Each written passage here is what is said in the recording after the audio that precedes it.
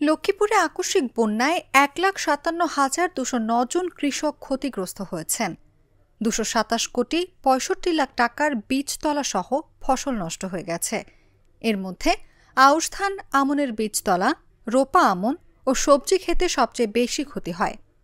মঙ্গলবার দুপুরে জেলা কৃষি সম্প্রসারণ অধিদপ্তর সূত্র বিষয়টি নিশ্চিত করেছেন। আমার মতো ক্ষয়ক্ষতি কেউ ধরেন, আমার টানের দরকার না, শুধু বুলুয়া নদীটা খনন করে দিন, আমাদের আর কিছু চাই না।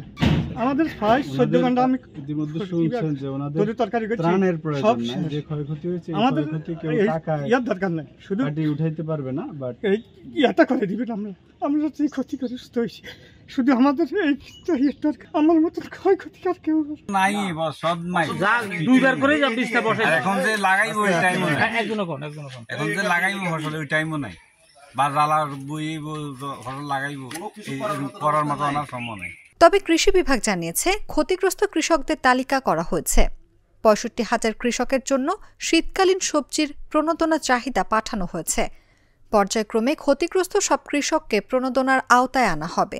আমাদের ক্ষতি হিসেবে মনে করেন, আমাদের মাঠের কৃষিজীবী মানুষ, আমাদের মনে করেন সবে চলে গেছে, আর কি আসেনি, হরির মাছ চলে গেছে, গাছপালা চলে গেছে। তো এই বিল্ডিংটা দেখেন না, এটা আমার বড় ছেলের বিল্ডিং, পানির তলে এখন ডুবে আছে। ওই ওই ওই পাশে ওই দেখেন ইয়ে দিয়ে আসি, কোনো রকম বাঁচিয়েছি। তালা, বীজতলা, জ্বালা, শান্তি সব কিছু, গাছপালা। আমরা ঘরে থাকি, ঘরের ভিতরে 1 ফুট পানি, 1.5 ফুট পানি, এরকম পানি হয়েছে। আমরা তো এখন এই কাপড় ভিজে ভিজে এই জায়গাটা উঁচু আছে, এখানে আসি কতদিন দিন কাটাই, আবার রাত্রে বাড়ি যাই। জেলা কৃষি বিভাগ জানায়, চলতি মৌসুমে ৩,৬০৭ হেক্টর জমিতে আমনের বীজতলা তৈরি ছিল। বন্যা, জলাবদ্ধতা ও জোয়ারের পানিতে তলিয়ে গেছে ২,৫৩৬.৮০ হেক্টর জমির বীজতলা।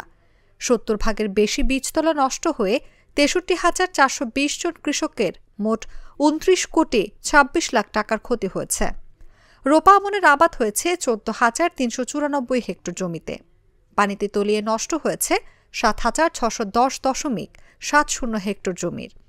আবাদ করা জমির ৫৩ ভাগ রোপা আমন নষ্ট হয়ে ৩১,৭০৬ জন কৃষকের ৮৫ কোটি ৬২ লাখ টাকার ক্ষতি হয়েছে। ২৪,৪২৩ জন কৃষকের ৪,০৭০.৫০ হেক্টর জমির আউশ ধান নষ্ট হয়েছে।